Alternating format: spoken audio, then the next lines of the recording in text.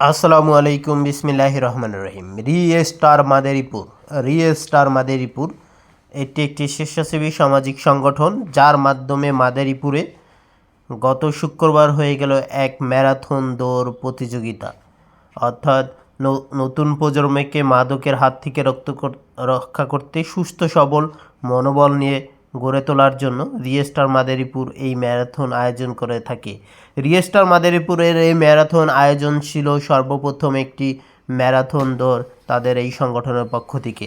তাদের আয়োজন এবং সম্পূর্ণরূপে ম্যারাথন দৌড়টি সম্পূর্ণ করার একটা ভালো ফলাফলের মাধ্যমে সম্পূর্ণ করেছে। এর জন্য রিস্টার মাদারীপুরকে অনেক অনেক ধন্যবাদ।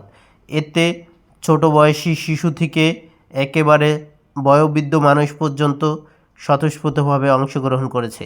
মাদারীপুরের আনাচে কানাচে সবাই খুব ভোরবেলা রিস্টার মাদারীপুরে এই আয়োজনে অংশগ্রহণ করে। প্রায় 250 থেকে 300 লোক এই ইভেন্টে আয়োজন করে। ষষ্ঠ শ্রেণীর একজন ছাত্র এই ইভেন্টের তৃতীয় স্থান অর্জন করে।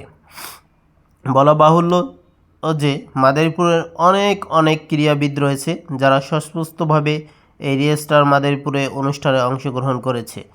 খুবই সুশৃঙ্খল পরিবেশে এই রিস্টার মাদারীপুরের অনুষ্ঠানটি সম্পন্ন হয়েছে। রেজিস্ট্রেশন ফি ছিল মাত্র 150 টাকা।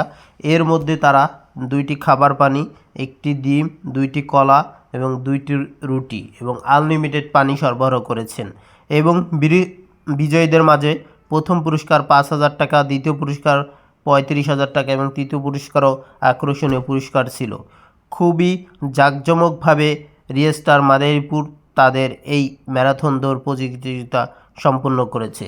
আমি আশা রাখি রিস্টার মাদারীপুর প্রতি মাসে এবং ভালো আরও সুন্দরভাবে এরকম দৌড় প্রতিযোগিতা আয়োজন করবে। রিস্টার মাদারীপুরের জন্য শুভকামনা রইল। এগিয়ে যাও এবং নতুন প্রজন্মকে ভালো রাখার জন্য তোমাদের এই প্রচেষ্টা অব্যাহত থাকুক, এই দোয়া ও প্রত্যাশা করি। ধন্যবাদ সবাইকে।